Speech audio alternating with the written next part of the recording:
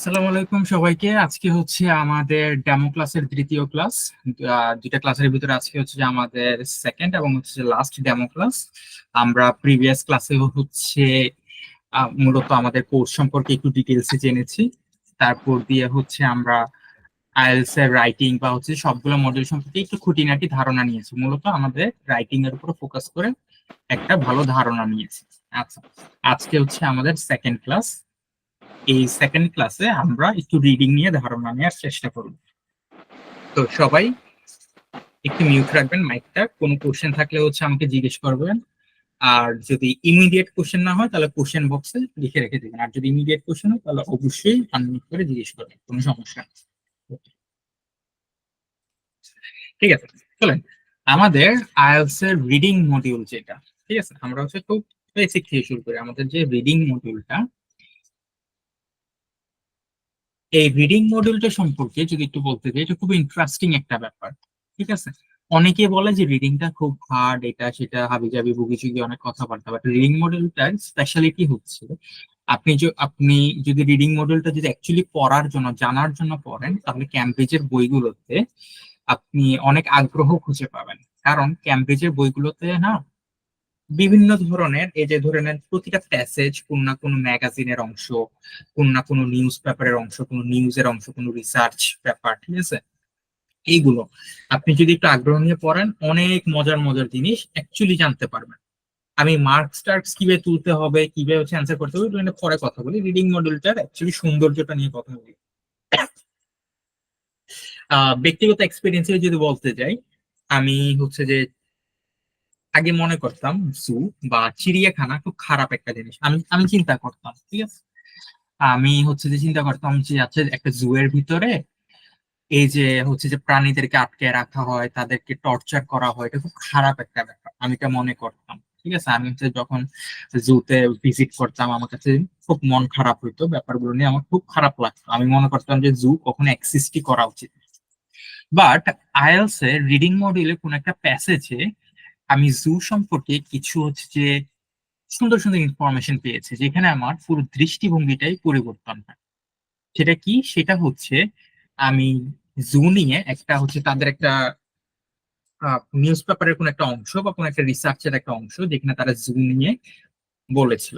তো এখান থেকে যেটা জানতে পারলাম সেটা হচ্ছে যে আমরা মনে করি না যে চিড়িয়াখানাতে পশু পাখি এনে হচ্ছে যে টর্চার করা হচ্ছে, তাদেরকে আটকে রাখা হচ্ছে।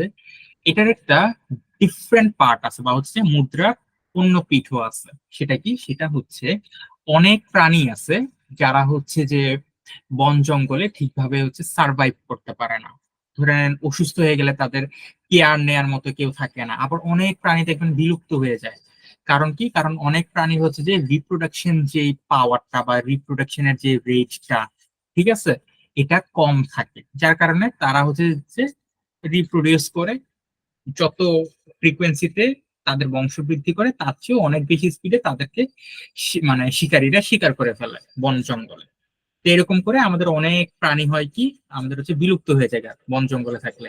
অনেক প্রাণী আছে যে বিভিন্ন ধরনের রোগ টোগের ভিতরে পড়ে।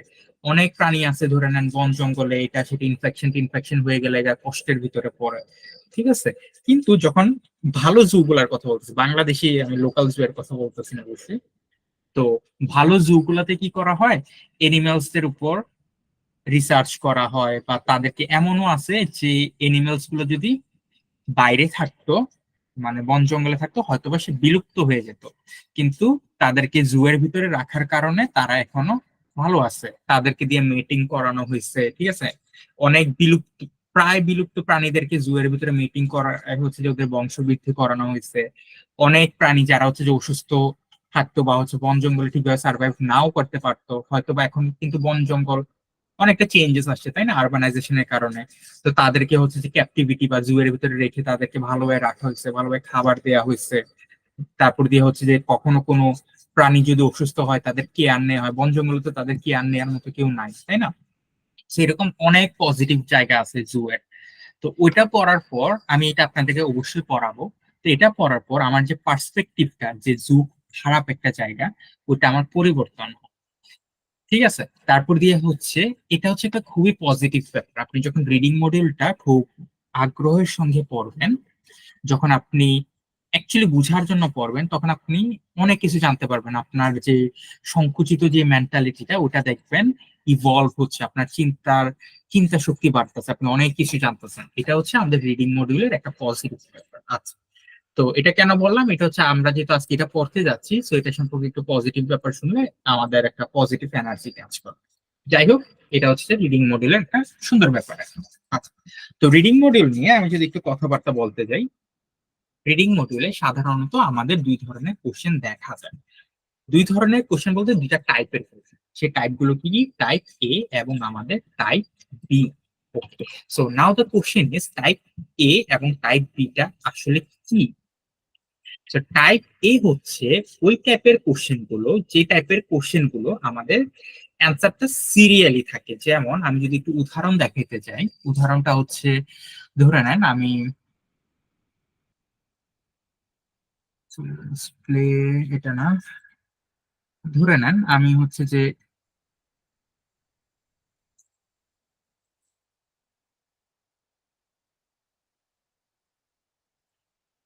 আচ্ছা, ধরে নেন আমি এই কর্কটা নিয়ে কথা বলতে যাচ্ছি, ঠিক আছে? কর্ক না, ধরে নেন এই যে রিডিং প্যাসেজের, এটা হচ্ছে আমাদের একটা রিডিং প্যাসেজ, ঠিক আছে? তো টাইপ এর কোশ্চেন গুলো কি কি? টাইপের কোশ্চেনটা এই যে ট্রু ফলস নট গিভেন দেখতেছেন না, এটা হচ্ছে একটা টাইপ এ কোশ্চেন। এটা যা দেখতেছেন না, এই যে ফিল ইন দ্য গ্যাপস, এটা একটা টাইপ এ কোশ্চেন। আচ্ছা, এখন কথা আছে যে টাইপ এ কোশ্চেন তাহলে কোনগুলো, কিভাবে বুঝবো যে কোনটা টাইপ এ কোশ্চেন বা টাইপ এ কোশ্চেনের স্পেসিফিকেশনটা কি? টাইপ এ কোশ্চেনের স্পেসিফিকেশনটা হচ্ছে এগুলোর অ্যান্সার আপনি সবসময় একটা সিরিয়ালে বা একটা সিকোয়েন্সে পাবেন। ফর এক্সাম্পল, আপনি ধরে নেন এই 6 নাম্বারটার অ্যান্সার, এই 6 নাম্বার কোশ্চেনটার অ্যান্সার আপনি দেখা গেল এখানে পাইছেন। কথার কথা, আপনি এখানে পাইছেন 6 নাম্বারের অ্যান্সার। 7 নাম্বারের অ্যান্সারটা আপনি এর পরে পাবেন। কোনো অবস্থাতেই 7 নাম্বারের অ্যান্সারটা আপনি এর আগে এখানে পাবেন না। So, 6 যদি এখানে হয় তাহলে 7 এর নিচে হইতে পারে, যে কোনো জায়গায় হইতে পারে, বাট এর নিচে হবে। ধরে নেন 7 এখানে হইলো, 8 7-এর নিচে হবে, এখানে হবে, ঠিক আছে? 9 এর নিচে হবে, হয়তো বা এখানে হবে, 10 এর নিচে হবে, এরকম করে হচ্ছে যে একটা সিকোয়েন্স আপনি পাবেন। আচ্ছা, এটা হচ্ছে আমাদের টাইপে কোশ্চেন। মানে কি? মানে হচ্ছে যেটার অ্যান্সার গুলো আপনি সিকোয়েন্সে পাবেন, ঠিক আছে? আচ্ছা, এটা আপনি একটা সিকোয়েন্সে পাবেন। এখানে যদি আপনি 1 পান, 2 পাবেন এখানে, 3 পাবেন এখানে, 4 পাবেন এখানে। কখনো এমন হবে না যে আপনি 1 এখানে পাইছেন, 4 এখানে পাইছেন, তারপর যে 3 এখানে পাইছেন, 7 এখানে পাইছেন, এরকমটা হবে না। এগুলাই হচ্ছে আমাদের টাইপ এ কোশ্চেন বা ইজি কোশ্চেন। আচ্ছা, ঠিক আছে। তো টাইপ এ কোশ্চেন গুলো কি কি? True false not given. ধরে নেন এটার অ্যান্সারটা আপনি,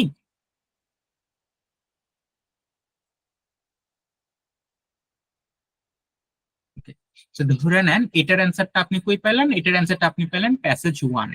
এটার অ্যান্সারটা আপনি ডেফিনেটলি প্যাসেজ 2 তে পাবেন। এটার অ্যান্সারটা প্যাসেজ 3 তে পাইতে পারেন, বা প্যাসেজ 2 এরই হয়তো বা নিচের লাইনে পেতে পারেন। সো আমরা কি বুঝলাম? আমরা বুঝলাম যে আমাদের যে রিডিং মডিউলে আমরা টোটাল 2 টাইপের কোশ্চেন দেখি।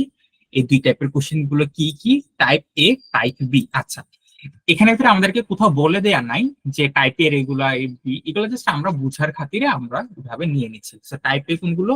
যেগুলো একটা সিকোয়েন্সে পাবো, যেগুলো অ্যান্সার সিকোয়েন্সে পাবো। আচ্ছা, টাইপ বি কোনগুলো? টাইপ বি গুলো হচ্ছে যেগুলোর অ্যান্সার আমরা সিকোয়েন্সে পাবো না। যেমন কিনা আমরা যদি একটু উদাহরণ নিয়ে দেখতে চাই, দেখেন এই কোশ্চেনটার ক্ষেত্রে কি বলা হচ্ছে? Write the correct letter A to G 14 to 18। আচ্ছা, তো ধরে নেন এটার অ্যান্সারটা আমি পাইছি প্যাসেজ এ তে, ঠিক আছে? আবার এটার অ্যান্সারটা আমি পাইতে পারি প্যাসেজ বি তে, এটার অ্যান্সারটা পাইতে পারি প্যাসেজ ডি তে। দেখছেন কোনো সিকোয়েন্স মেনটেন করতেছে না। 14 এর অ্যান্সার হয়তো বা আমি ডি তে পাইলাম, এখানে পাইলাম, ঠিক আছে? 14 এর অ্যান্সার পাইলাম এখানে, 15 এর অ্যান্সার এখানে হইতে পারে, 17 এর অ্যান্সার এখানে হইতে পারে। সো এগুলো হচ্ছে টাইপ বি কোশ্চেন, যেগুলোর কোনো সিকোয়েন্স মেনটেন করে না, ঠিক আছে?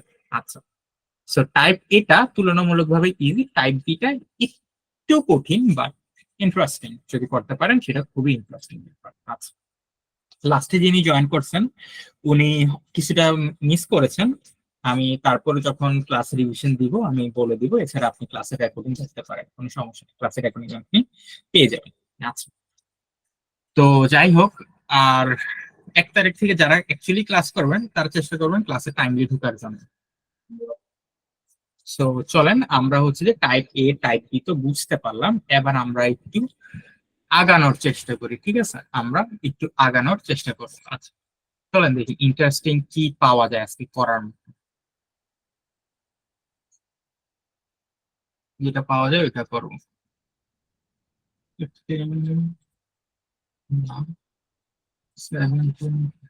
কি আছে দেখি তো।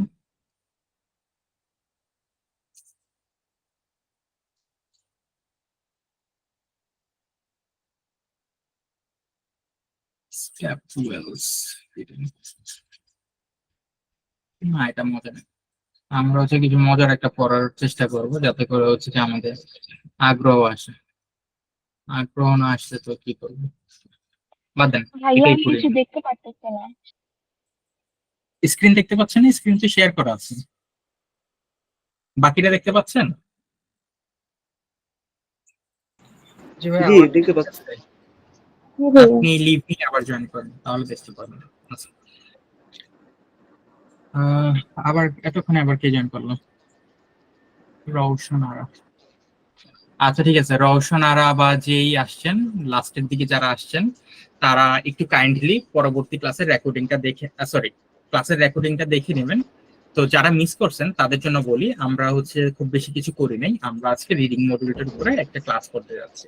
সো রিডিং মডিউলটা নিয়ে এতক্ষণ যা বুঝিয়েছি তার একটু সামারি বলে দিই। রিডিং মডিউলে আমরা টোটাল 2 টাইপের কোশ্চেন দেখে থাকি। 2 টাইপের কোশ্চেন গুলো কি কি? টাইপ এ কোশ্চেন এবং হচ্ছে টাইপ বি কোশ্চেন। আচ্ছা টাইপ এ কোশ্চেন কোনগুলো? টাইপ এ কোশ্চেন গুলো হচ্ছে যেগুলোর অ্যান্সার আমরা সিকোয়েন্সে পাবো।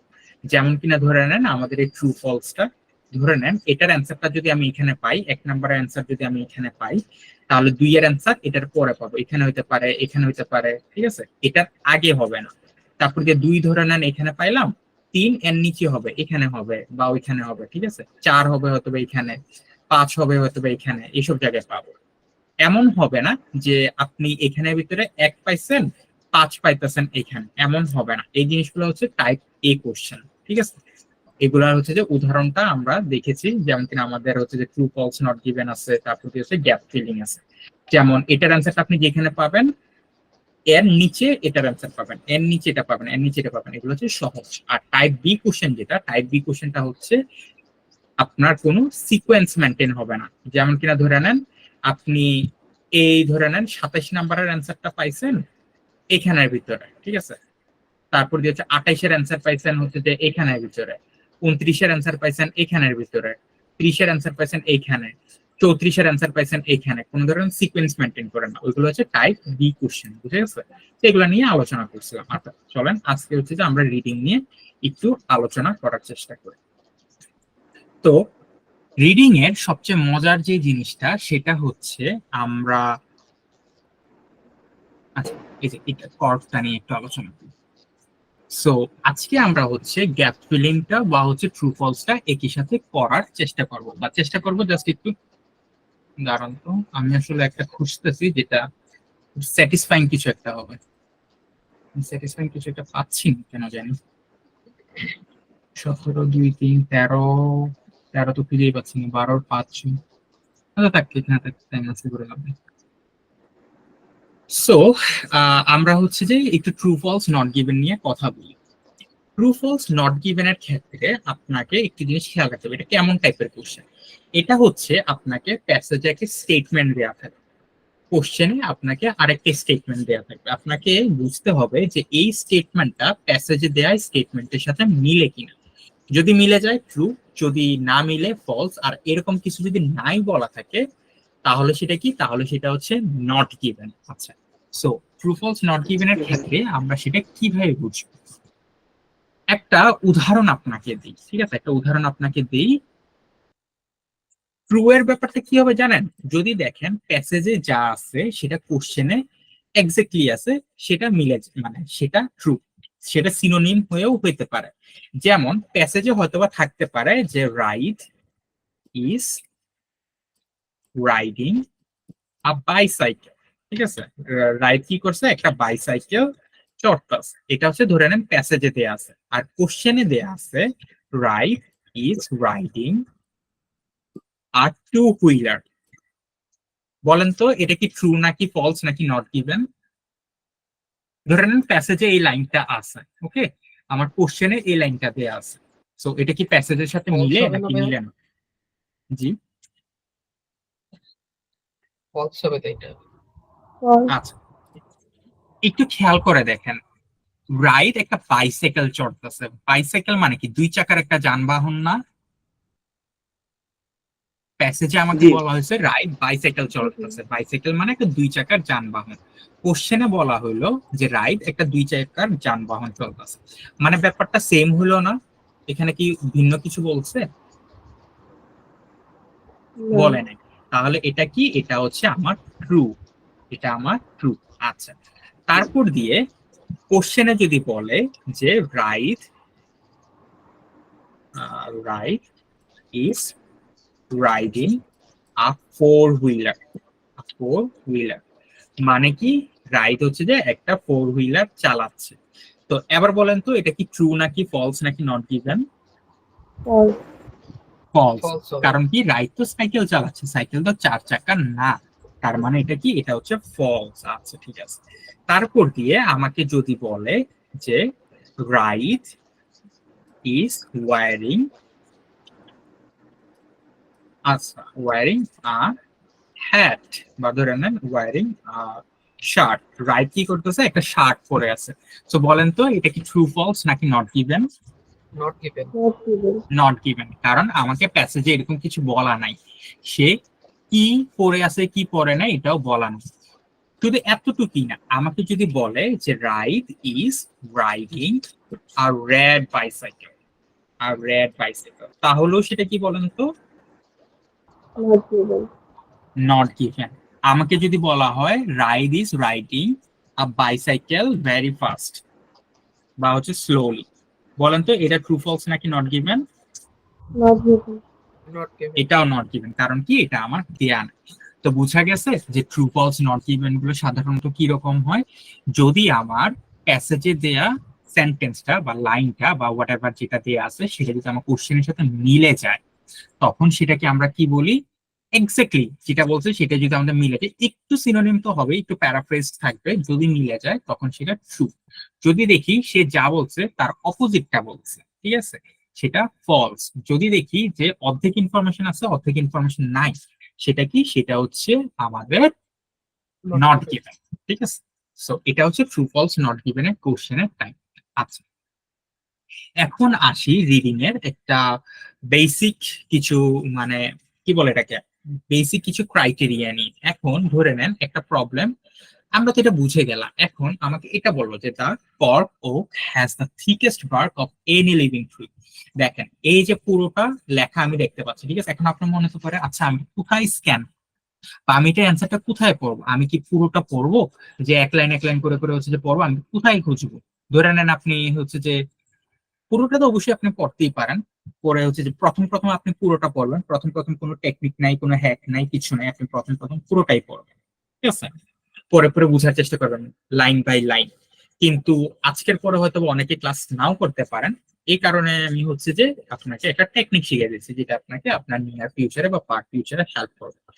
স্ক্যানিং টেকনিক, স্ক্যানিং টেকনিকটা মানে আপনি অ্যাকচুয়ালি কিভাবে স্ক্যান করবেন, যদি কোশ্চেনের ভিতরে কোনো সাল দেয়া থাকে বা কোনো নাম্বার দেয়া থাকে, সালও তো একটা নাম্বার তাই না, নাম্বার বা হচ্ছে কোনো ইয়ার বা হচ্ছে কোনো ডেট দেয়া থাকে, এগুলো হচ্ছে কি পয়েন্ট। আচ্ছা, কিওয়ার্ড বা কি পয়েন্ট, কিওয়ার্ড সম্পর্কে একটু আমরা জানি, কিওয়ার্ড কি জানেন, কিওয়ার্ড হচ্ছে এমন কোন একটা ওয়ার্ড যেটা কোশ্চেনের ভিতরে থাকবে, যেটা ধরে আমি কি করব, আমি হচ্ছে যে আমার প্যাসেজে স্ক্যান করব।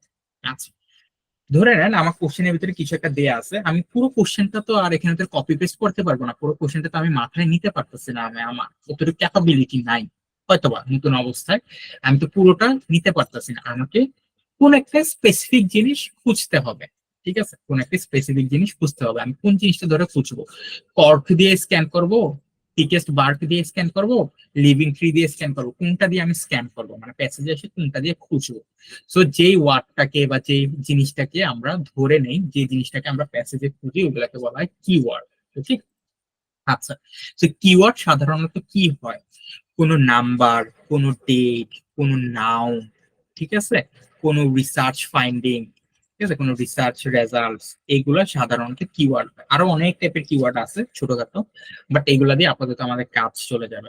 কোনো নাম্বার যদি দেখেন কোশ্চেনের ভিতরে একটা নাম্বার দিয়ে আছে, আপনি ডিরেক্টলি খুঁজবেন ওই নাম্বারটা কই আছে, নাম্বার খুঁজে বের করা খুব সহজ। কোনো ডেট দেওয়া থাকলে ডেটটা খুঁজবেন, কোন নাউন অর্থাৎ নাম দেওয়া থাকলে সেটা খুঁজবেন, ঠিক আছে। তারপর দিয়ে কোনো রেজাল্ট রিসার্চ রেজাল্ট দেওয়া থাকলে সেটা খুঁজবেন। যেমন কিনা আমি আপনাদেরকে এখন একটু দেখাই যে ব্যাপারটা কতটা সহজ। আচ্ছা, সো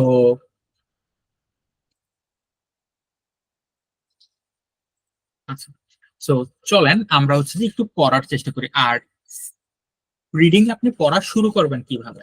প্রথমে চেষ্টা করবেন এই যে আমাদের যে হেডিংটা আছে, হেডিংটা একটু পড়বেন, ঠিক আছে, হেডিংটা একটু পড়বেন। হেডিংটা পড়লে আপনার একটু ধারণা হবে যে অ্যাকচুয়ালি আমরা কি নিয়ে আলোচনা করতেছি। তারপর দিয়ে আপনি কি করবেন, যদি সাব হেডিং থাকে কিছু একটা, ওটা পড়বেন, ঠিক আছে। তো আপনার প্যাসেজটা সম্পর্কে একটা ধারণা আসবে।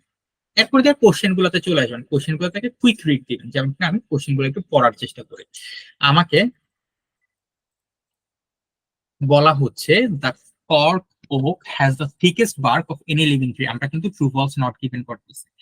বলা হলো যে কর্ক ওকটা যে কোনো লিভিং ট্রির ভিতরে সবচেয়ে থিকেস্ট বার্ক হচ্ছে কর্ক ওক ট্রি। আচ্ছা, কর্কটা কি? কর্কটা কি জানেন? কেউ আমাকে বলতে পারবেন কর্ক কাকে বলে, কি আসে এই বিষয়? কেউ জানেন না? আচ্ছা, কাচের বোতলের মাথায় মাঝে মধ্যে দেখছেন কিছু একটা লাগানো থাকে, ওই শ্যাম্পেনের বোতল হচ্ছে যে নাড়া দিয়ে যে ফুলে ফুস করে যে একটা উইরা জায়গা, ওইটাকে হচ্ছে যে আমরা কর্ক বলে থাকি, ঠিক আছে। বা আপনারা হচ্ছে যে চাইলে গুগল করে দেখে নেন যে কর্ক জিনিসটা কি। সো ওটা হচ্ছে আর কি আমাদের কর্ক। তো কর্ক কিন্তু একটা গাছের ছাল বাকল বা ওইরকম কিছু একটা দিয়ে বানায়, তাই না? কাচের বোতলের উপর যেটা মুখের মতো থাকে, জাস্ট হচ্ছে এটাতে। আচ্ছা, so the cork oak has the thickest bark of any living tree. যে কোনো লিভিং ট্রির ভিতরে কর্ক ওক বা কর্ক ওক গাছের যে বার্কটা বা হচ্ছে যে এটাকে কি বলে, উপরে যে স্কিনটা, গাছের যে স্কিনটা, এটা সবচেয়ে ঠিক। ওকে, সো আমরা যদি দেখি যে আমাকে প্যাসেজের ভিতরে বলতেছে যে হ্যাঁ, অন্য সব লিভিং ট্রির ভিতরে কর্কের বা কর্ক গাছের ওক গাছের যে বার্কটা এটা সবচেয়ে থিক, সবচেয়ে মোটা, তাহলে আমার এটা হয়ে যাবে ট্রু। যদি বলে থাকে যে না, অন্য একটা গাছও আছে, ওই গাছটার বার্কটা হচ্ছে সবচেয়ে বেশি থিক, তাহলে এটা হয়ে যাবে ফলস। যদি দেখি যে বার্কের থিকনেস নিয়ে কোনো কথাবার্তা বলে নাই, তখন এটা হয়ে যাবে আমার নট গিভেন। বুঝা গেছে? চলেন আমরা একটু আগাই, জাস্ট এটা ধরে আগাই। আজকে প্রথম ক্লাস তো, তো ওই হিসাবে হচ্ছে আগে দেখেন। Cork, the thick bark of cork oak tree, এটা নিয়ে হচ্ছে আলোচনা। Is a remarkable material, it is tough, elastic, buoyant and fire resistant and suitable for a wide range of purposes. It has also been used for millennia.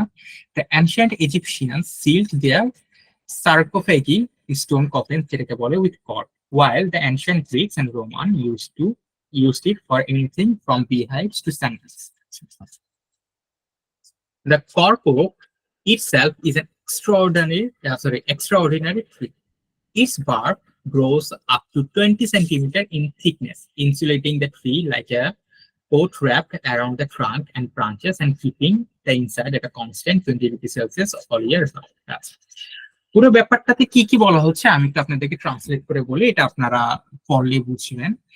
এখানের ভিতরে বলা হচ্ছে কর্কি গাছটা সম্পর্কে বলা হচ্ছে। কর্ক যে গাছটা, এটা হচ্ছে এমন একটা গাছ যেটার এই যে বাকলটা বা ছাল বাকলটা দিয়ে কি করা হয়, এটা দিয়ে হচ্ছে যে আমরা এই এটা বানাই আর কি, মানে কর্কটা বানাই। আচ্ছা, এটা খুবই সুন্দর, খুবই হচ্ছে ফায়ার রেসিস্ট্যান্ট, খুবই সুন্দর, খুবই ইলাস্টিক, খুবই পায়ং। এটা খুব একটা ভালো ব্যাপার, এটা অনেক জায়গায় ব্যবহার হচ্ছে। কর্ক গাছের যে বার্ডটা, এটাও খুব একটা রিমার্কেবল ব্যাপার, ঠিক আছে। কর্ক গাছটা খুবই রিমার্কেবল, এটা খুবই ঠিক, এবং কি এবং হচ্ছে যে এটা 20 সেন্টিমিটার পর্যন্ত হইতে পারে এটার থিকনেসটা, পুরুত্বটা, যার কারণে এটার ভিতরে অনেক ঠান্ডা থাকে। খুব সুন্দর কথাবার্তা। ওকে, আচ্ছা, তো দেখি অনেক কথাবার্তা তো শুনলাম, কিন্তু এটা অন্য সব গাছের থেকে মোটা এরকম কিছু পাই কিনা একটু আমরা খেয়াল করা দেখি। Developed most probably as a defense against forest fires. The bark of the cork oak has a particular cellular structure with about আচ্ছা, সো এই যে পুরো জিনিসটা আপনি পড়লেন, আপনার কি মনে হয় যে কোশ্চেনে যে বলছে যে আমার এটা সবচেয়ে হেভি, অন্যান্য ট্রির ভিতরে এটা সবচেয়ে হেভি, এটা কি আসলেই সবচেয়ে হেভি, নাকি এরকম কোনো ইনফরমেশন দেয়া নাই, নাকি বলা হয়েছে যে না অন্য একটা ট্রিও আছে যেটা সবচেয়ে বেশি হেভি? কি মনে হয়?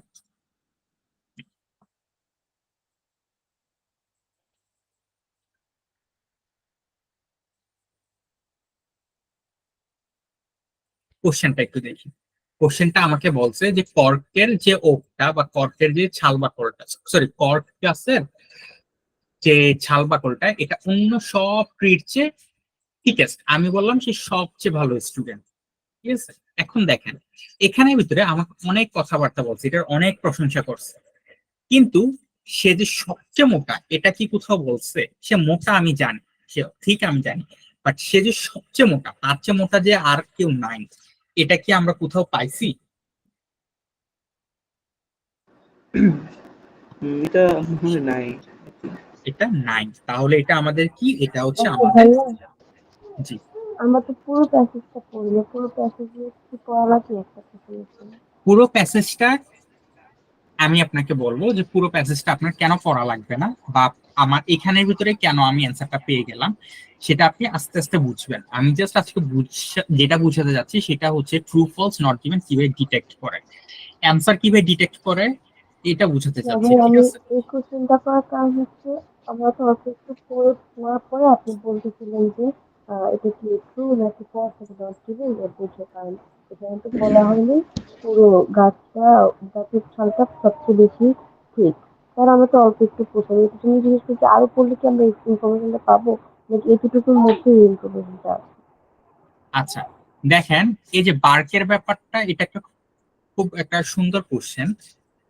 আরো পড়বেন কি পড়বেন না, এটা আপনি কিভাবে বুঝবেন সেই টেকনিকটা আমি আপনাকে পরে বলবো, ঠিক আছে? সবকিছু যদি একসাথে বলতে যাই এটা হচ্ছে যে গোজামিল হয়ে যাবে, সেটা আমি ক্লাসের লাস্টের দিকে বলবো যে আপনি কতটুকু পর্যন্ত অ্যাকচুয়ালি পড়বেন, বা একটু পরে বলতেছি, কোনো সমস্যা নেই। বাট আপাতত এটা মাথায় রাখেন যে আমার যদি অ্যান্সার থাকে এতটুকুর ভিতরেই আছে, এর বাইরে নাই। এবার ওই হিসাবে বলেন এটা কি ট্রু ফলস নাকি নট কি, জাস্ট এতটুকু বিশ্বাস করেন যে অ্যান্সার থাকলে এখানে আছে এর নিচে নাই। ফলস মেবি নাকি নট গিভেন। অন্যদের কি মনে হচ্ছে? বাকি আরো তিনজন আছেন।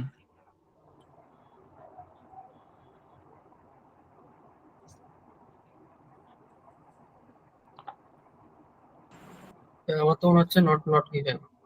Not given. কেন নট গিভেন? কারণ হচ্ছে আমাকে কোশ্চেনে বলছে যে সে সবচেয়ে থিকেস্ট, আর প্যাসেজে বলতেছে সে ঠিক, খুব ভালো কথা, অনেক প্রশংসা, কিন্তু যে সে যে সবচেয়ে থিকেস্ট এটা বলে না।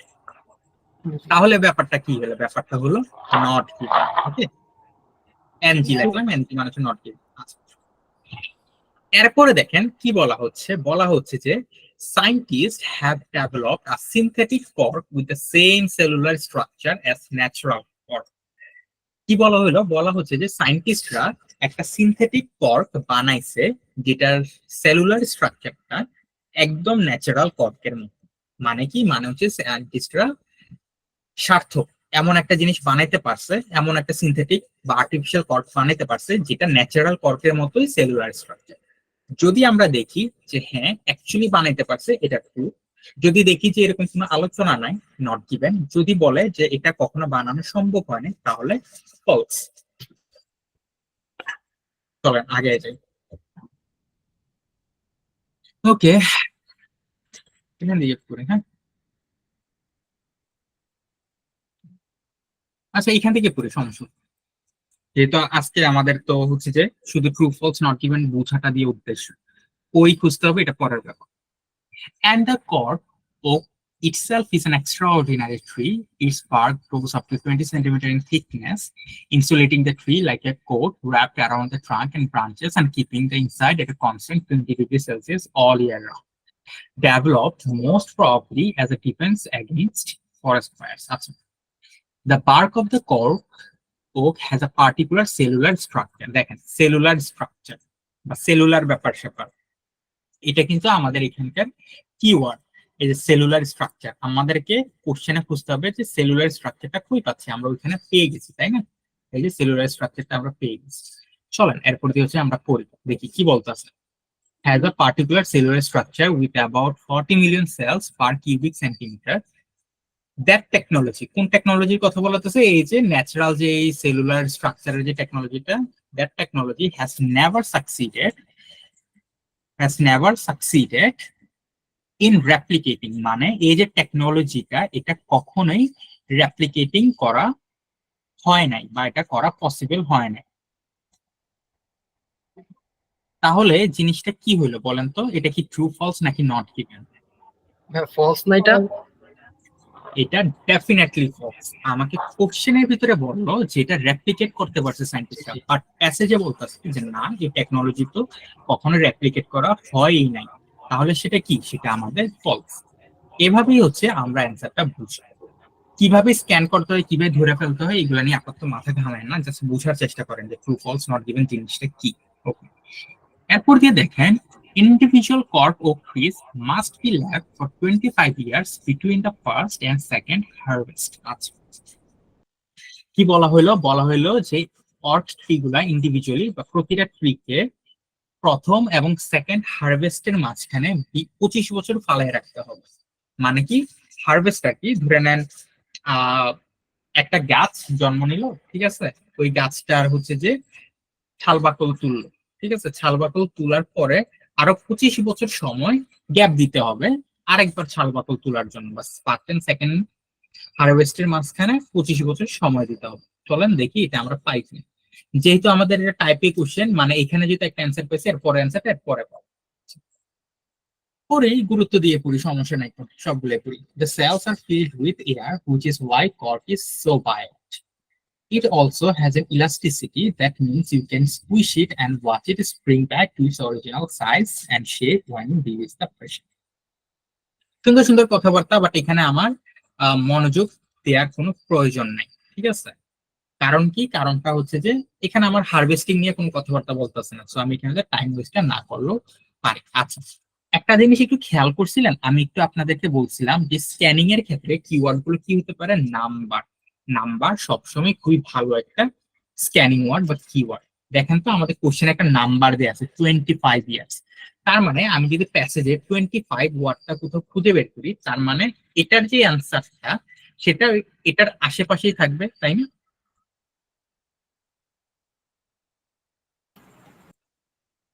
জি ভাইয়া।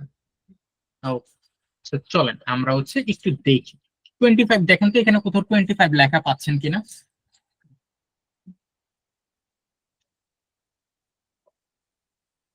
পুরো জায়গাতে 25 ওয়ার্ডটা কোথাও পাচ্ছেন কিনা? 25 ভাইয়া, খুবই ভালো পাইছি। একটা। কোথায় বলেন? লাস্ট প্যারাতে। লাস্ট প্যারাতে। লাস্ট প্যারার কোথায়? ওই যে হারভেস্ট টেক্স ওকে, সো আমি হচ্ছে যে 25 years। 25টা পেয়ে গেছি। দেখেন, সো এটা হচ্ছে আমার স্ক্যানিং এর পাওয়ার। আমার এই যে পুরো অংশটা আমার পড়ে আসার দরকার পড়ে নেই। কারণ কি? কারণ আমি একটা কিওয়ার্ড পেয়ে গেছি। এটা হচ্ছে কিওয়ার্ড খুঁজে বের করার মজাটা। আপনি যখন একটা কিওয়ার্ড ধরতে পারবেন, জাস্ট থ্রুপ করে খুঁজে বের করে ফেলবেন। সো আমার অ্যান্সার এখানেই আছে। ট্রু ফলস হোক বা নট গিভেন হোক, আমার অ্যান্সারটা এখানেই আছে। আমি এটা পড়বো, বাট আচ্ছা এখান থেকে পড়ি, সমস্যা নেই। দেখেন কি বলা হচ্ছে, from the planting of a cork sapling. Cork স্যাপলিংটা প্ল্যান্ট করার পর থেকে to the first harvest takes 25 years. Plant করার পর থেকে ফার্স্ট হারভেস্টের আগ পর্যন্ত ধরে নেন এটা হচ্ছে প্ল্যান্ট করা হয়েছে, ঠিক আছে? এটা হচ্ছে ফার্স্ট হারভেস্ট, এটা হচ্ছে সেকেন্ড হারভেস্ট। সো প্ল্যান্ট করার পর থেকে ফার্স্ট হারভেস্ট পর্যন্ত সময়টা কত বছরের? 25 বছরের। এখানে আমাকে বলতে আছে যে takes 25 years and a gap of approximately a decade must separate harvest from an individual tree. আচ্ছা, তো দেখেন আমাকে কোশ্চেনে বলছিল কি যে ফার্স্ট হারভেস্টটা এবং সেকেন্ড হারভেস্টের মাঝখানে গ্যাপ হইতে হবে 25 বছর।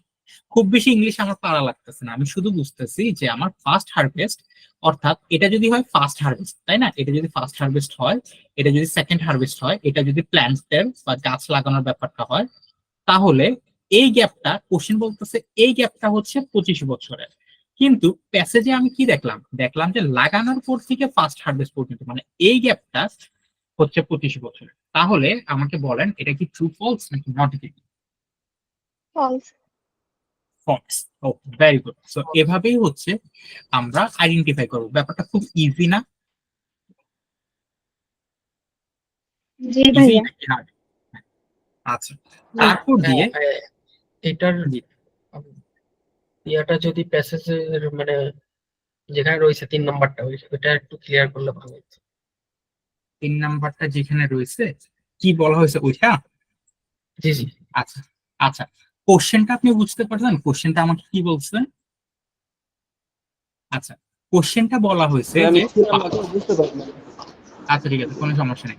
3 নাম্বার কোশ্চেনটা দেখেন, 3 নাম্বার কোশ্চেনটা বলা হচ্ছে ইন্ডিভিজুয়াল কর্ক ওক ট্রি এর ক্ষেত্রে প্রথম হারভেস্ট এবং সেকেন্ড হারভেস্টের সময় লাগে 25 বছর। অর্থাৎ আপনি গাছটা লাগাইছেন, ঠিক আছে, আপনি গাছটা লাগাইছেন, এখানে টাইম হচ্ছে 0, এবং প্রথম যে হারভেস্টটা করবেন, হারভেস্ট মানে হচ্ছে গাছের থেকে যে আপনি ছাল বাকলটা তুলবেন, এটা হচ্ছে আপনার প্রথম হারভেস্ট, ঠিক আছে।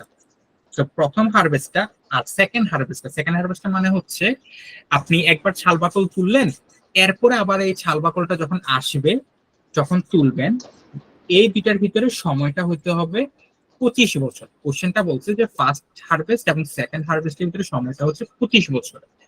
আর প্যাসেজে আমাকে কি বললো দেখেন, প্যাসেজে বলছে from the planting of cork oak sapling to the first harvest.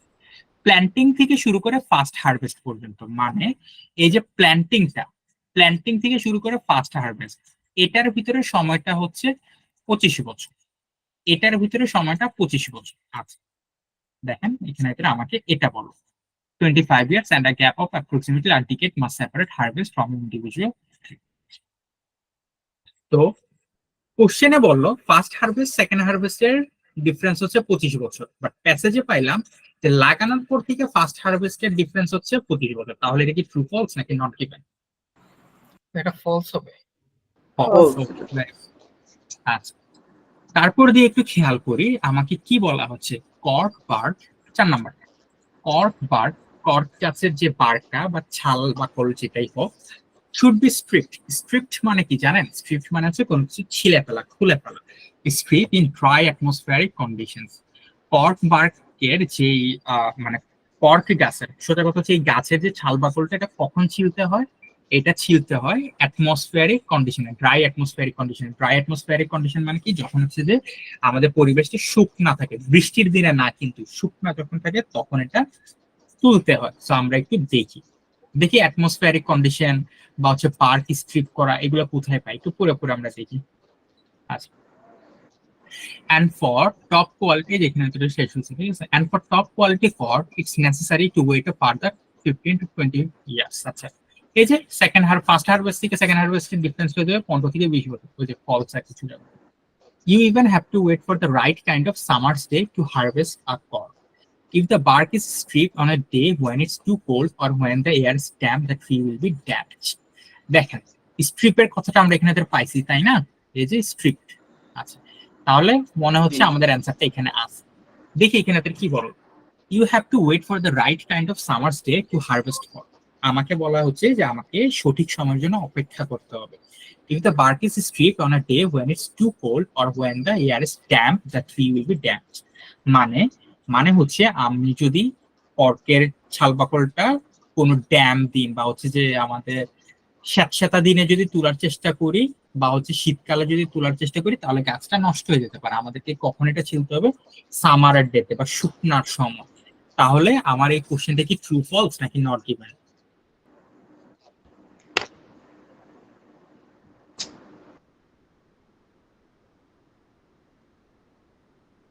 কি মনে হয়, এটা ট্রু ফলস নাকি নট গিভেন? কোশ্চেনে বলছে এটা শুকনার দিনে তুলতে হবে, প্যাসেজে বলছে যে হ্যাঁ এটা সামার ডেতে তোলা লাগবে, ভিজার দিনে তুললে নষ্ট হয়ে যাবে। তাহলে কি ট্রু ফলস নাকি নট গিভেন? ট্রু হবে। এটা ট্রু হবে, ডেফিনেটলি এটা ট্রু।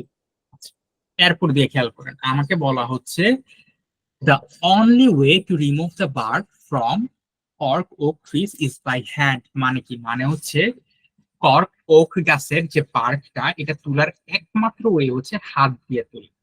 মানে কি? মানে হচ্ছে গাছের যে ছাল বাকড়টা তুলতে হবে, এটার তোলার একমাত্র রাস্তা হাত দিয়ে তোলা, এটা মেশিন দিয়ে তোলা যাবে না। আমরা যদি প্যাসেজে এমন কিছু পাই যে গাছের ছাল বাকড়টা হাত দিয়ে তোলা লাগবে, এটা ট্রু। যদি আমরা পাই যে না এটা মেশিন দিয়েও তোলা যায়, তাহলে এটা ফলস। আর আমরা যদি দেখি যে এটা কিভাবে তুলতে হবে এমন কোনো কথাবার্তা বলা নাই, তাহলে সেটা কি নট গিভেন। আচ্ছা, তো এইটা আমি একটু আপনাদের জন্য এখানে রাখতেছি। দেখেন তো এখানে তোরা তুলা নিয়ে কোনো কিছু আছে কিনা। আচ্ছা, এই যে এখান থেকে cork harvesting is a very specialized profession. No mechanical means of stripping cork bark has been invented. আচ্ছা, বলা হচ্ছে যে কর্ক হারভেস্টিংটা খুবই স্পেশালাইজড একটা প্রফেশন। এটা করার জন্য কোনো মেকানিক্যাল কোনো প্রসেস এখন পর্যন্ত ইনভেন্ট হয় নাই। সো দ্য জব, মানে এই যে কর্ক হারভেস্টিং এর জবটা is done by teams of highly skilled workers. তাই এই কাজটা খুবই হাইলি স্কিলড ওয়ার্কার্সরা করে থাকে। তাহলে বলেন তো এটা কি ট্রু ফলস নাকি নট গিভেন? ট্রু হবে। কেন ট্রু হবে? কারণ কোশ্চেনে বলছে যে কর্কের বারটা তোলার একমাত্র রাস্তা হচ্ছে কি হাত দিয়ে তোলা। আমাকে প্যাসেজেও বলতেছে যে কর্কের এই ছাল বাকলটা তোলার জন্য কোনো মেকানিক্যাল মিন নাই। মেকানিক্যাল মিনস নাই মানে কি হাত দিয়ে তুলতে হবে, একটা স্পেশালাইজড টিম করে। সো এটা আমার হচ্ছে ট্রু। তো এই হচ্ছে আমাদের ট্রু ফলস নট গিভেন কিভাবে আমরা সলভ করে থাকি। পরবর্তীতে আপনারা যেখানে ক্লাস করেন যাই করেন আপনারা খুব ভালো করে জানবেন যে আমি কিভাবে করতে পারি। যদিও আরো ডিটেলস এর ব্যাপার স্যাপার আছে, সেটা হয়তো বা এক ক্লাসে করানো সম্ভব না। এটা আপনারা ফার্দার কন্টিনিউ করলে বা রিডিং এর ক্লাসগুলোতে আমি সেগুলো দেখাবো। ওকে, তো আমাকে বলেন তো ট্রু ফলস নট গিভেনে কারোর কোনো প্রবলেম আছে কিনা?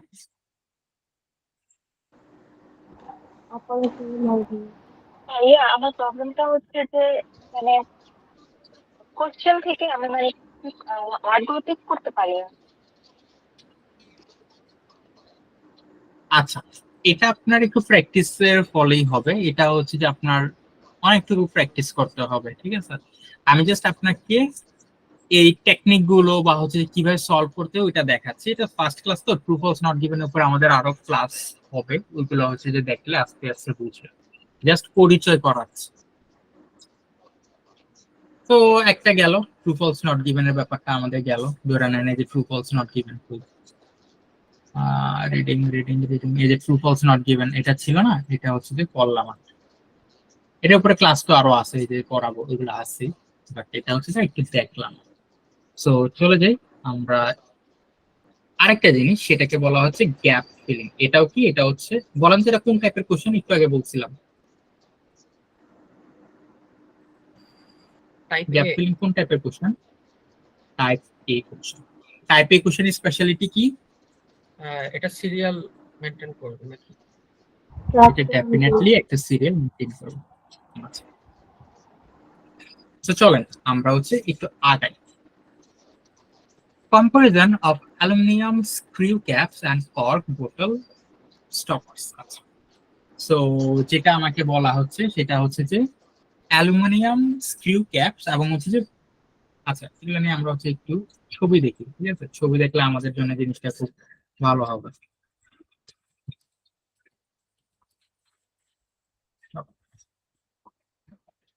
আচ্ছা, এইগুলো হচ্ছে কর্ক আর কি, যেটা নিয়ে আমরা এতক্ষণ আলোচনা করে আসতেছি, ঠিক আছে? চিনছেন তো নিশ্চয়ই, তাই না? এইগুলো হচ্ছে আমাদের কর্ক আর কি, বোতলের যে কর্ক, এটাতে নিয়ে আলোচনা করো। এটা একটা গাছের ছাল বাকল দিয়ে তৈরি হয়। আচ্ছা, আরেকটা যেন কি ছিল, এখন হচ্ছে অ্যালুমিনিয়াম স্ক্রিউ, কি যেন একটা নাম, এটা অ্যালুমিনিয়াম স্ক্রিউ ক্যাপস।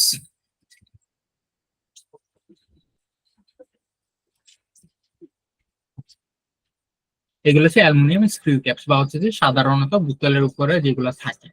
সো এটা নিয়ে এখন হচ্ছে আমাদের আলোচনা।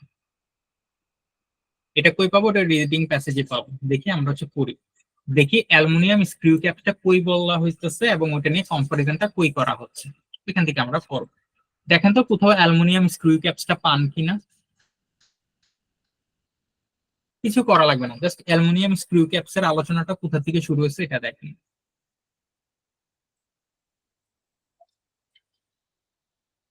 পাইছি। কোথায় পেয়েছেন? এই আপনার মাউসটা যেখানে রয়েছে ওখানেই। যে সাবস্টিটিউশন আর চিপার টু ম্যানুফ্যাকচার এন্ড। আচ্ছা ঠিক আছে। জি জি জি। সো দেখি আমরা হচ্ছে যে এখান থেকে পড়বো, ঠিক আছে? এখান থেকে পড়বো। সো দেখি আমরা হচ্ছে যে গ্যাপ ফিলিং গুলো কি করবো। ওই যে কিওয়ার্ড খোঁজার চেষ্টা করব, আর এখানে আমাকে বলতেছে advantages of aluminium স্ক্রিউ caps. Aluminium স্ক্রিউ caps এর বেনিফিট গুলো কোথায়? নিশ্চয়ই এখান পর্যন্ত লেখা থাকবে, তাই না? এখান পর্যন্ত লেখা থাকবে। এখানে ভিতরে হচ্ছে যে advantages of cork bottle opener, ওটা ওইখানে ভিতরে লেখা থাকে। সো এই যে গ্যাপ ফিলিং গুলো সাধারণত কি হয়, একটা কোশ্চেন দেওয়া থাকবে, কোশ্চেনের ভিতরে হচ্ছে এখান থেকে একটা গ্যাপ থাকবে, তো এই গ্যাপের ভিতরে কোনো একটা ওয়ার্ড ওয়ার্ড কিছু একটা বসবে, এটা কই থেকে আনা যায় এটা দেখতে হবে। এটা ডেফিনেটলি আমাদের হচ্ছে যে কি বলে, এটা প্যাসেজের ভিতরে থাকবে, প্যাসেজ থেকে আমি হচ্ছে ধূপ করে বসাতে হবে একটা ওয়ার্ড বা দুইটা ওয়ার্ড। খেয়াল করতে হবে আমাকে এখানে কত ওয়ার্ড বলছে, যদি ওয়ান ওয়ার্ড অনলি হয় তাহলে জাস্ট একটা ওয়ার্ড বসাতে পারবো, যদি দুইটা ওয়ার্ড হয় দুইটা ওয়ার্ড, তিনটা ওয়ার্ড হয় তিনটা ওয়ার্ড বসাতে পারবো, এর বেশি থাকে না। সো ওইগুলা নিয়ে গ্যাপ ফিলিং এর ক্লাসে অনেক আলোচনা হবে, বাট কিভাবে সলভ করা লাগে ওটা দেখেন, যেটা আপনার এক ক্লাসে কাজে লাগবে। অ্যাডভান্টেজেস অফ অ্যালুমিনিয়াম স্ক্রিউ ক্যাপস, আমি এখন জানি কোথায় স্ক্যান করতে হবে, অ্যালুমিনিয়াম স্ক্রিউ ক্যাপস এর অ্যাডভান্টেজেস যেখানে আলোচনা করতেছি ওইখানে খুঁজতে হবে। দেখি কই পাই এটা। Recent years have seen the end of the virtual monopoly of cork as the material for bottle stoppers due to concerns of the effect it may have on the contents of bottles. So বলা হচ্ছে monopoly মানে কি জানেন? Monopoly মানে হচ্ছে যে একচেটিয়া ব্যবসা।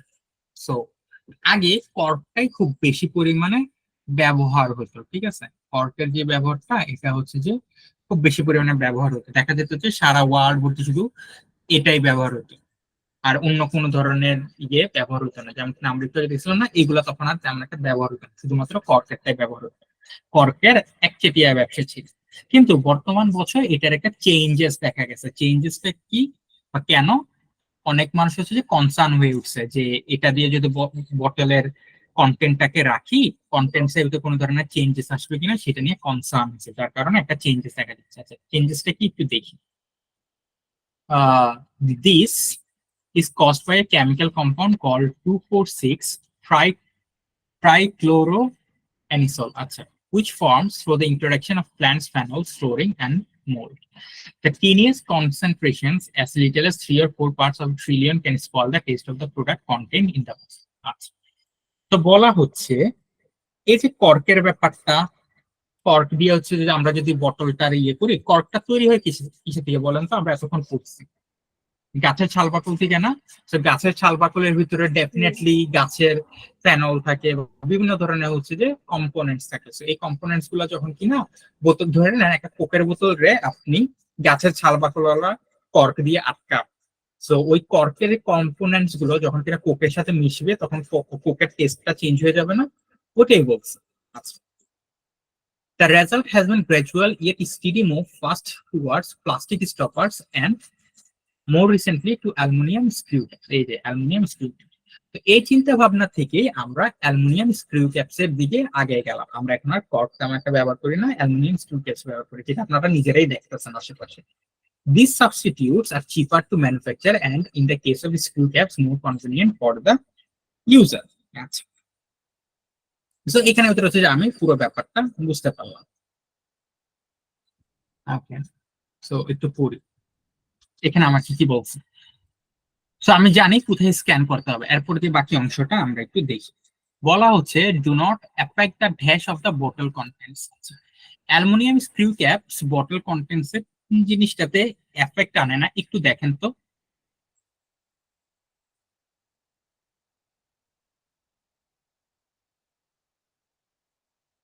দেখেন তো কোন জিনিসটাতে এফেক্ট আনবে এই চিন্তা করে অ্যালুমিনিয়াম স্ক্রিউ ক্যাপস ব্যবহার করা হতো।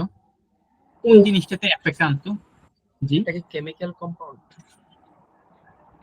আপনার বোতলের ভিতরে যে কম্পোনেন্টটা আছে ওই কম্পোনেন্টের কোন জিনিসটাতে কর্কটা এফেক্ট আনতো, যে কারণে আমরা কর্ক ব্যবহার না করে অ্যালুমিনিয়াম স্ক্রিউ ক্যাপস ব্যবহার করি। একটু দেখেন তো। টেস্ট, টেস্ট আমার প্রোডাক্টের টেস্ট কি করতো?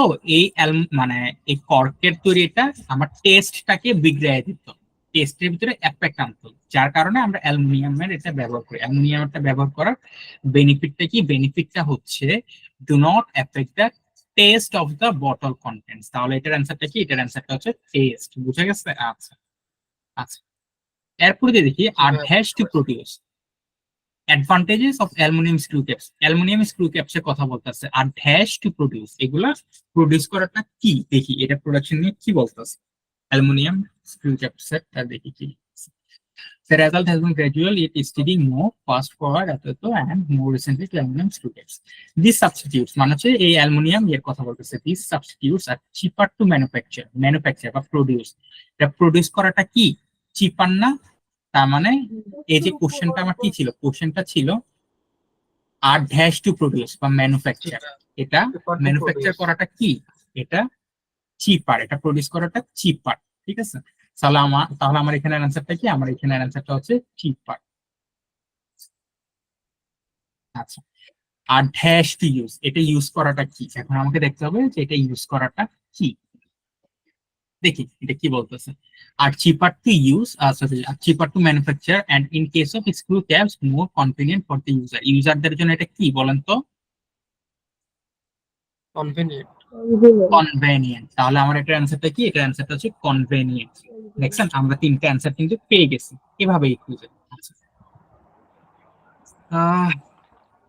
একটু পানি খেয়ে নেই, গলা শুকিয়ে গেছে। আচ্ছা, এতক্ষণ হচ্ছে যা বলছি বুঝতেছেন তো নাকি না? হ্যাঁ হ্যাঁ ভাই বুঝতেছি, আলহামদুলিল্লাহ। ঠিক আছে, বুঝতেছি।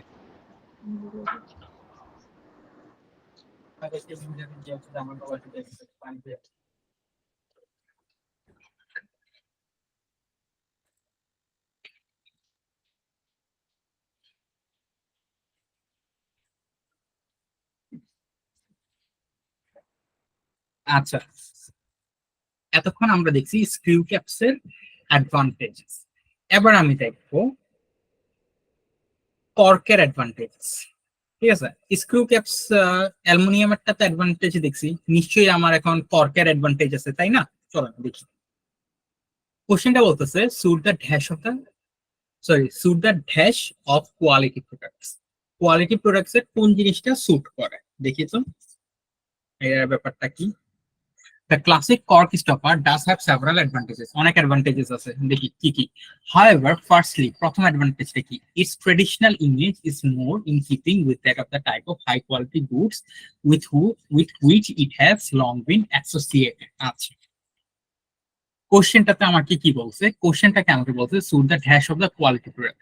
কোয়ালিটি প্রোডাক্টের কোন জিনিসটাকে স্যুট করে, দেখেন তো আমাকে কি বললো, আমাকে এখানে বললো ইটস ট্রেডিশনাল ইমেজ, এটার যে ইমেজটা আছে is more in keeping with that type of high quality good বা হচ্ছে quality product with which it has been long been associated, যেটা লং অ্যাসোসিয়েটেড। যেমন আপনি যদি শ্যাম্পেনের বোতল দেখবেন এগুলো হচ্ছে কর্ক দিয়ে দেওয়া থাকে, কারণ কি, কারণ এটার হচ্ছে যে একটা ইমেজ আছে। ঠিক আছে, বছরের পর বছর হচ্ছে আমরা এগুলো দেখে অভ্যস্ত না, এটার একটা ইমেজ আছে। এখানে কিন্তু তারা চাইলেই দিতে পারতো, মানে স্টিলের ওপেনারটা দিতে পারতো, ঠিক আছে, স্টিলের ওপেনারটা দিতে পারতো, কিন্তু তারপরেও তারা কি করে, তারা কর্ক দেয়, কারণ কি, এটা যে একটা রেপুটেশন আছে এটা ম্যানেজ করার জন্য, ঠিক আছে, বা মেনটেইন করার জন্য। তাহলে আমি কি পাইলাম, আমি পাইলাম যে কোয়ালিটি প্রোডাক্টের কোন জিনিসটাকে স্যুট করে এটা সবচেয়ে বেশি বলেন তো? ইমেজ। তাহলে এটার অ্যান্সারটা কি, এটার অ্যান্সারটা হলো image. Made from a dash material, এটা কিসের থেকে তৈরি হয়েছে, কেমন ম্যাটেরিয়াল থেকে তৈরি হয়েছে একটু দেখেন তো,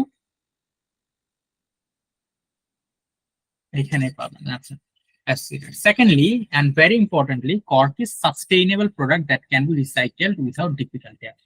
এটা কি প্রোডাক্ট, এটা কেমন টাইপের প্রোডাক্ট থেকে বা কেমন টাইপের ম্যাটেরিয়াল থেকে তৈরি করা হয়েছে বলেন তো?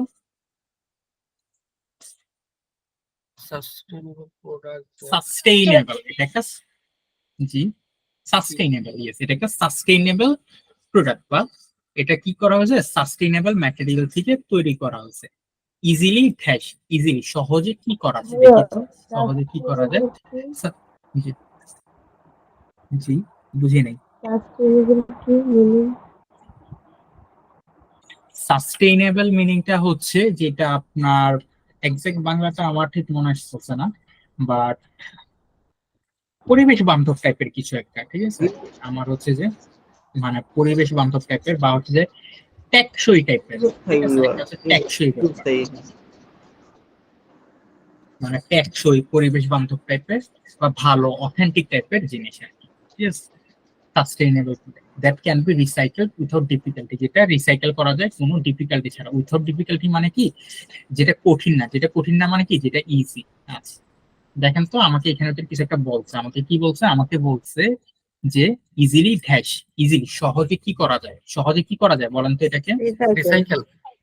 সহজে এটা রিসাইকেল করা যায়। তাহলে আমার অ্যান্সারটা কি, অ্যান্সারটা হচ্ছে যে রিসাইকেল, ইজিলি রিসাইকেল। হ্যান্ডরাইটিং খুবই খারাপ, মাউথ দিয়ে লিখতেছে তো দেখুন। আচ্ছা, কর্ক ফরেস্ট 8, আচ্ছা দেখেন কর্ক ফরেস্টটা 8 করে বা কি করে, 8 মানে কি জানেন, সেবা দেয় বা হচ্ছে যে আপনার দান করা। মেডিকেল সেবা টাইপের আর কি একটা, ঠিক আছে। 8 করে, আমরা বলি না যে ফার্স্ট এইড বা ওরকম টাইপের সাহায্য করা। আচ্ছা, তো কর্ক ফরেস্ট 8 সাহায্য করে, কাকে সাহায্য করে দেখি তো, কর্ক ফরেস্টটা কাকে সাহায্য করে। মোরওভার কর্ক ফরেস্ট এই যে আর রিসোর্স হুইচ সাপোর্ট, কাকে সাপোর্ট করতেছে, লোকাল বায়োডাইভার্সিটি, কাকে সাপোর্ট করতেছে বলেন তো, বায়োডাইভার্সিটি, লোকাল বায়োডাইভার্সিটি, লোকাল বায়োডাইভার্সিটিতে করে। কিন্তু যেহেতু আমি ওয়ান ওয়ার্ড অনলি, যেহেতু আমার এখানে কি করতে হবে, একটা ওয়ার্ড দিতে পারবো, তাহলে লোকাল বায়োডাইভার্সিটি জায়গায় জাস্ট বায়োডাইভার্সিটি, তাহলে আমার এখানে অ্যান্সারটা কি, এখানে অ্যান্সারটা হচ্ছে বায়োডাইভার্সিটি, কর্ক ফরেস্ট বায়োডাইভার্সিটিকে সাহায্য করে। ওকে ফাইন, লাস্টেরটা, cork forest stop dash happening, cork forest কি করে, স্টপ করে, কি স্টপ করে, কোন জিনিসটা হওয়া থেকে স্টপ করে বা থামায়, চলেন দেখি পরে একটু। সো আচ্ছা, বায়োডাইভার্সিটি অ্যান্ড প্রিভেন্ট থামায়, prevent desertification in the regions where they are planted. আচ্ছা, এগুলো যেখানে ভিতরে প্ল্যান করা হয় সেখানে কোন জিনিসটাকে থামায় বলেন তো, ডিজার্টিফিকেশন। ডেজার্টিফিকেশন মানে হচ্ছে যে ডেজার্ট হয়ে যাওয়া, মরুভূমি হয়ে যাওয়া। অনেক জায়গায় আছে না যেখানে ভিতরে হচ্ছে যে খরা হয়ে জায়গা, মানে কোনো গাছপালা জন্মায় না, ওই জায়গা থেকে বাঁচা আমাদেরকে কি করে, ওই জায়গা থেকে কর্ক গাছগুলো বাঁচে, কর্ক গাছ যেখানে লাগাবেন ওইখানে ভিতরে ভালো পরিমাণে বায়োডাইভার্সিটি বজায় থাকবে, ডেজার্টিফিকেশন হবে না। তাহলে এটার অ্যান্সারটা কি, এটার অ্যান্সারটা হচ্ছে ডেজার্টিফিকেশন। সো বলেন আজকে তো হচ্ছে আমরা যা করলাম এতটুকু কি বুঝতে পারছেন, হ্যাঁ ভাইয়া। হ্যাঁ, বুঝতে পারছি। বুঝতে পারছি। হ্যাঁ, ছোটখাটো অনেক ব্যাপার স্যাপার আছে, রিডিং নিয়ে হচ্ছে যে পড়তে গেলে অনেক প্রবলেম পাবেন, সেগুলো তো ডেফিনেটলি একটা ক্লাসে তো পুরো রিডিং করানো সম্ভব না, এটা আপনি বুঝেন আমিও বুঝি। সেখানে তো হচ্ছে যে অনেক কিছু ফাঁকফোকর থাকে, আমি জাস্ট বোঝানোর চেষ্টা করি, যেমন কিনা অনেক কোশ্চেন আছে যে এটা থেকে এটা, আচ্ছা যাই হোক, একজন একটা কোশ্চেন করেছিলেন, তার কোশ্চেনটা আমি সলভ করে দিই। আপনি কিভাবে বুঝবেন যে আমি আরো খুঁজবো কিনা, ধরে নেন এই 1 নাম্বার কোশ্চেনটা আমি কতটুকু পর্যন্ত খুঁজবো, এই কারণে আপনি শুরুতে 3টা কোশ্চেন, সরি সবগুলো কোশ্চেন পড়ে ফেলার চেষ্টা করবেন, বা এটা পড়া শুরু করলে 2 নাম্বারটাও মাথায় রাখবেন। আপনি যদি 1 নাম্বারটা পড়তে পড়তে খেয়াল করেন 2 নাম্বারের কিছু পাওয়া শুরু করছেন, এই সেলুলার স্ট্রাকচারটা পাওয়া শুরু করছেন, যেহেতু টাইপ এ কোশ্চেন, তার মানে কি, তার মানে 1-এর অ্যান্সার যদি থাকে এর উপরে থাকে, তার মানে আমি যদি এটা পাইয়া যাই, 2 নাম্বারটা যদি পাইয়া যাই, 2 নাম্বারের এলিমেন্ট যদি 2 নাম্বারের আলামত যদি পাইয়া যায়, তাহলে আর আমার এখানে নামার প্রয়োজন নাই, তাহলে আমার কি করতে হবে, এর উপরেই খুঁজতে হবে। বুঝা গেছে আমার লিমিটটা কিভাবে, আমি কিভাবে বুঝবো যে পিছনে আছে কি নাই। যদি দেখেন যে একটা খুঁজতে খুঁজতে আরেকটা আইসা পড়ছে, ঠিক আছে, আরেকটার মানে যেখানে থাকার কথা ওই জায়গাগুলো আইসা পড়ছে, তাহলে বুঝবেন এর নিচে যে লাভ নাই, এর উপরেই থাকবে। বুঝা গেছে এই কোশ্চেনটা যে করছিলেন? জি ভাইয়া, বুঝতে পারছি। ওকে ঠিক আছে, এখন বলেন কার কোথায় কনফিউশন আছে, কোথায় প্রবলেম আছে, প্রবলেম গুলো সলভ করবো। ভাইয়া, আমার একটা প্রবলেম আছে। প্রবলেম নাই, ওকে ঠিক ভাইয়া, আছে, আমার একটা প্রবলেম আছে। জি বলেন। ভাইয়া, নর্মালি রিডিং গুলো পড়ে কিন্তু আমরা ইজিলি বুঝে যাই। এখন আইএলটিএস বা ক্যামব্রিজের যে রিডিং গুলো, সেগুলো বুঝে অনেকগুলো ওয়ার্ডই বুঝি না। এটা কি ভোকাবুলারির জন্য নাকি এই জিনিসগুলো করতে একটু হ্যাঁ, হয়? ভোকাবুলারির একটা সমস্যা আছে। এখন ভোকাবুলারিটা কিভাবে করবেন এটা একটা বড় আলোচনা, বাট আজকে এই আলোচনাটা করে শেষ করি। আচ্ছা, সো দেখেন আপনি অনেক ভোকাবুলারি পারবেন না, আপনি কি এখন একটা ভোকাবুলারি বই নিয়ে বসে যাবেন? আমি কি জানেন, আমি হচ্ছে যে সবসময় একটা ব্যাক বেঞ্চার ছিল, বা হচ্ছে যে এমন টাইপের স্টুডেন্ট ছিলাম যে হচ্ছে যে শর্টকাটে কাজ করতে পছন্দ করি। ঠিক আছে, আমি একদম ব্রিলিয়েন্ট স্টুডেন্টদের মতো মানে খুব বেশি হার্ড ওয়ার্কে বিলিভার না, আমি হচ্ছে স্মার্টলি ওয়ার্ক করতে পছন্দ করি। সো অনেকেই করে কি হচ্ছে যে বই টই নিয়ে বসে যায়, অনেক ভোকাবুলারি বই নিয়ে বসে যায়, মুখস্থ করতে থাকে, ঠিক আছে। সো আমি ওইগুলো সাপোর্ট না, আমি হচ্ছে সবসময় হ্যাক খোঁজার চেষ্টা করি কিভাবে সহজে করা যায়, কিভাবে হচ্ছে যে ইজিয়েস্ট ওয়েতে করা যায়। তো আমি আপনাদেরকে একটা টেকনিক শিখে যেটা আপনি খুব কম জায়গায় পাবেন। আচ্ছা, টেকনিকটা হচ্ছে একটা ডায়েরি বানাবেন, একটা নোট খাতা বানাবেন, ঠিক আছে, একটা নোট খাতা বানাবেন। সো ওই নোট খাতাতে আপনি ধরে নেন কি করতেছেন, আজকে হচ্ছে যে আপনি ক্যামব্রিজ 12টা করবেন, ঠিক আছে, আপনি উপর দিয়ে লিখবেন Cambridge 12, Cambridge 12, reading test 1, reading passage 1, ঠিক আছে, এটা আপনি লিখবেন, জাস্ট পেজটার উপরে লিখবেন, একটা নোট খাতা যেদিন যেটা করবেন এটা লিখবেন উপর দিয়ে।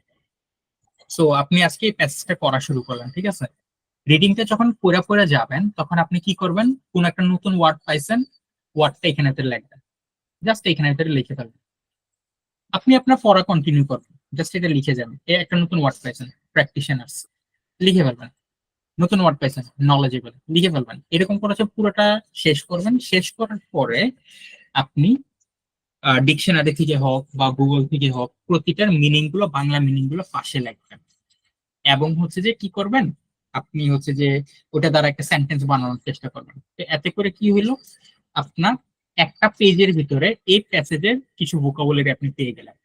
এরপরের যে আপনি পেজটা করবেন, এরপরে পেজটা হতে পারে যে ক্যামব্রিজ 12 এর টেস্ট 1 প্যাসেজ 2, ওটার ভোকাবুলারি গুলো লিখবেন। এরকম করে আপনার প্রতিটা পেজে পেজে অনেকগুলো ভোকাবুলারি লেখা হয়ে যাবে, যখন আপনি যত আগাবেন ভোকাবুলারি লেখা হবে। তো এতে করে কি হবে, যে কমন ভোকাবুলারি গুলা আপনার চোখে বারবার পড়তে থাকবে। ধরে নেন প্র্যাকটিশনার ওয়ার্ডটা আপনি একবার পাইছেন, আপনি ভুলে গেছেন, কোনো সমস্যা নেই, ভুলতে থাকেন, ইচ্ছে মতো বলুন, কোনো সমস্যা নেই, আপনি ভুলছেন, ভুলে এরপরে প্যাসেজে যাইয়ে এই প্র্যাকটিশনার ওয়ার্ডটা আবার পাইছেন, এটা আবার লেখেন, কোনো সমস্যা নেই, লেখেন, লিখে এটা মিনিংটা আবার দেখেন, আবার ভুলছেন, আবার লেখেন। সো এই একটা ওয়ার্ড আপনি যখন বারবার দেখবেন আপনার এটা অটো মুখস্থ হয়ে যাবে। আর যে ওয়ার্ড গুলো আপনি একবার দেখা ভুলে গেছেন, ধরে নেন এমন একটা ওয়ার্ড এখানে একবার পাইছেন, ঠিক আছে, এরপর আর কোনো প্যাসেজে পান না, ওটা ইম্পর্টেন্ট না, ওটা কি, ওটা সরাসরি ভাবে ইম্পর্টেন্ট না, কারণ এটা খুব বেশি আসতেছে না। যেটা ফ্রিকোয়েন্টলি আসতেছে ওটা আপনার ফ্রিকোয়েন্টলি চোখে পড়বে। সো এই মেথডটার মাধ্যমে আপনি নিজেই ফিল্টার আউট করতে পারবেন যে কোন ভোকাবুলারি গুলা অ্যাকচুয়ালি ইম্পর্টেন্ট আর কোনগুলা পাও, কোনগুলা পরে টাইম নষ্ট করা হবে। কিন্তু একটা বইয়ের ভিতরে আপনি যদি একটা ভোকাবুলারি বই কিনেন, আপনার ওটা লেখা থাকবে না যে ভাই এটা ইম্পর্টেন্ট, এটা পড়। ডিকশনারিতে হচ্ছে এ থেকে জেড পর্যন্ত টানায় চলে যাবে, তাই না? কিন্তু এই টেকনিকটা যখন আপনি ফলো করবেন আপনার নিজের হ্যান্ডবুকটা, আপনি তখন ভোকাবুলারিতে এক্সপার্ট হয়ে আপনি নিজে জানবেন যে এই ভোকাবুলারিটা এতবার আমি ফেস করছি, এটা অনেক ইম্পর্টেন্ট, তাই না? বুঝে গেছে? জি ভাইয়া। আচ্ছা, জি জি বুঝতে পারছি। তো এই টেকনিকটা হচ্ছে যে কাজে লাগানোর চেষ্টা করবেন। আচ্ছা, আজকে কি আর কোনো প্রবলেম আছে কারো? আচ্ছা ভাইয়া, স্পিকিংটা কিভাবে আমরা প্র্যাকটিস করতে পারি? জি, বুঝিনি। স্পিকিংটা কিভাবে স্পিকিংটা প্র্যাকটিস কিভাবে করতে পারে এটা? প্র্যাকটিস করতে পারি? আচ্ছা, স্পিকিংটার জন্য হচ্ছে যে আমি করাবো, মানে স্পিকিং এ যে আপনি টাইপ ওয়াইজ কোশ্চেন গুলো করাবো, ক্লাসের ভিতরে হচ্ছে আমি আপনাদেরকে প্র্যাকটিস করাবো, অবশ্যই প্র্যাকটিস করাবো।